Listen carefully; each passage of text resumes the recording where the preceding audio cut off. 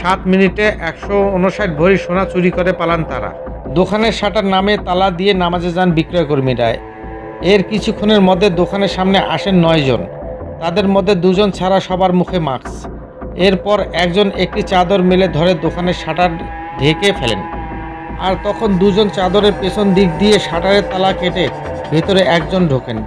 বাকি 8 জন আশপাশের দোকানে গিয়ে জিনিসপত্র কেনার নামে সেসব দোকানে বিক্রয়কর্মীদের ব্যস্ত করে রাখেন। 7 মিনিট 25 সেকেন্ড পরে দোকানের ভেতরে থেকে প্রায় 159 ভরি সোনা নিয়ে বেরিয়ে গেলেন চোর চক্রের এক সদস্য। পরে একে একে বেরিয়ে গেলেন চক্রের বাকি সদস্যরাও।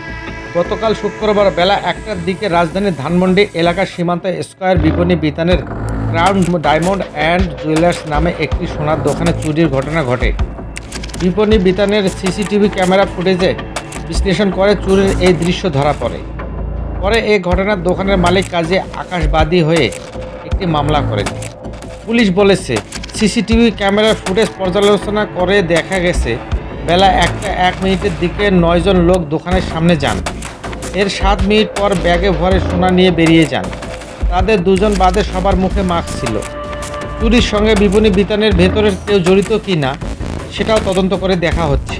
খোঁজ নিয়ে জানা যায়, সীমান্ত স্কয়ারে সোনা ও ডায়মন্ডের 3টি দোকান রয়েছে। এর মধ্যে ক্রাউন ডায়মন্ড অ্যান্ড জুয়েলার্স নামের দোকানটি নিচতলায়। এর আশপাশে কাপড় ও প্রসাধনী দোকান।